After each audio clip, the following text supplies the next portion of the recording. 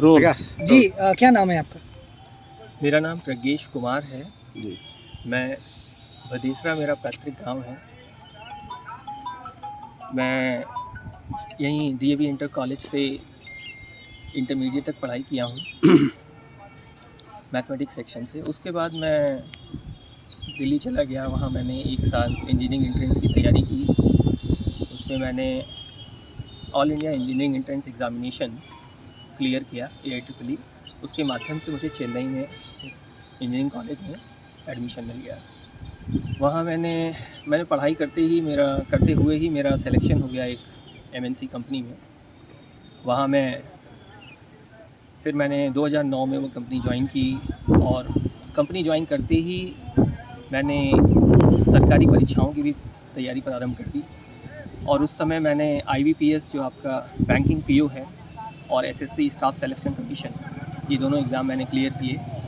लेकिन कंपनी ने ऑफ़र दिया कि आप सिंगापुर चले जाइए।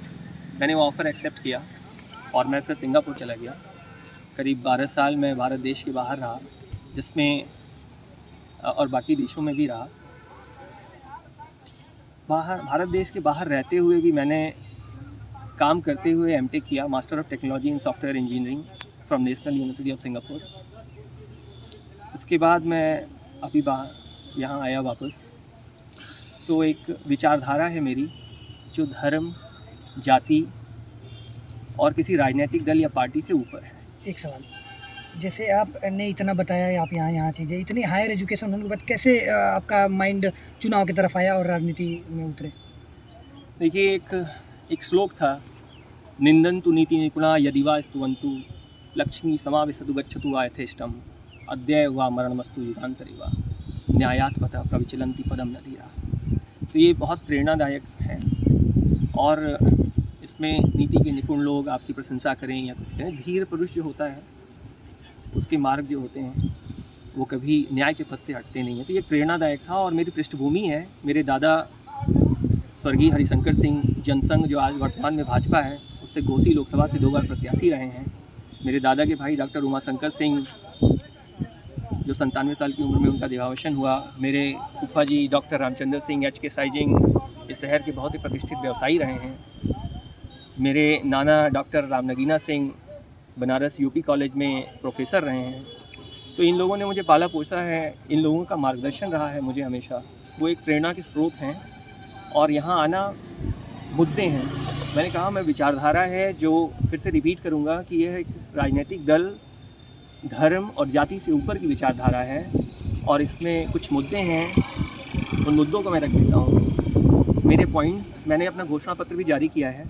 अगर उसमें मेरा पहला है कि मैं 5 लाख पौधों की बात करता हूँ, मैं 5000 नौकरियों की बात करता हूँ, मैं 5000 सिक्योरिटी कैमरों की बात करता हूँ, मैं 50 विद्यालय, 50 हॉस्पिटल की बात करता हूँ, मैं 5 उद्यानों की बात करता हूँ, मैं 5 सार्वजनिक बाज़ारों की बात करता हूँ, मैं 5 स्टेडियम की बात करता हूँ और आखिरी में मैं 100% धन के आवंटन, जो भी यहाँ करोड़ों करोड़ रुपए इस क्षेत्र में आ रहे हैं, इतनी विधानसभा है, फिर आपकी लोकसभा है, नगर पालिका है, जो पैसे आ रहे हैं उनको सार्वजनिक करने की बात करता हूँ।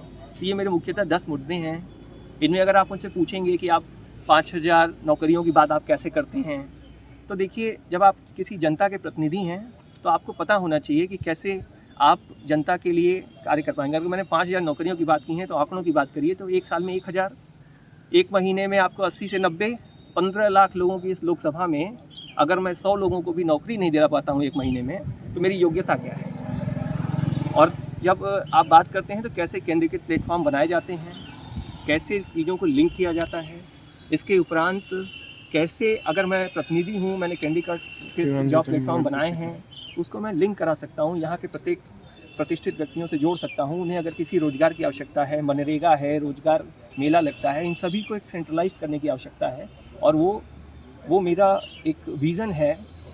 और इसके बाद एक और बहुत सारी बातें और भी हैं, लेकिन आखिरी में मेरा एक पॉइंट है कि जैसे हमने 15 साल नौकरी की, बहुत मेहनत की है जीवन में, बहुत पढ़ाई की है, लेकिन जब हम 10 घंटे 12 घंटे बैठ के काम करते हैं डेली, हम ही नहीं आप सभी लोग काम करते हैं, जो भी अपना जीवन यापन कर रहा है यहाँ पे, वो काम करता है, उसी प्रकार से एक प्रतिनिधि से भी ये उम्मीद होनी चाहिए कि वो कम से कम इस शहर के, इस लोकसभा के हर चौराहे पे एक स्क्रीन लगाए और डेली का 4 घंटे का लाइव प्रसारण कराए कि वो डेली किया क्या है, इतने उसने बड़े किया बड़े क्या है। कद्दावर लीडर हैं यहाँ, कैसे अपना मुकाम बनाएंगे? देखिए ये विचारधारा है, ये जो विचारधारा मैंने फिर से रिपीट करूंगा, ये किसी धर्म, जाति और पार्टी से ऊपर उठ करके है और इस विचारधारा से लोग प्रभावित होंगे। मेरा उद्देश्य यह तो एक शुभारंभ है, इसके बाद आने वाले हर चुनाव में, चाहे वो सभासद का चुनाव होगा, चाहे नगर पालिका का, चाहे प्रधानी का, चाहे जिला पंचायत का, देखिएगा हर क्षेत्र से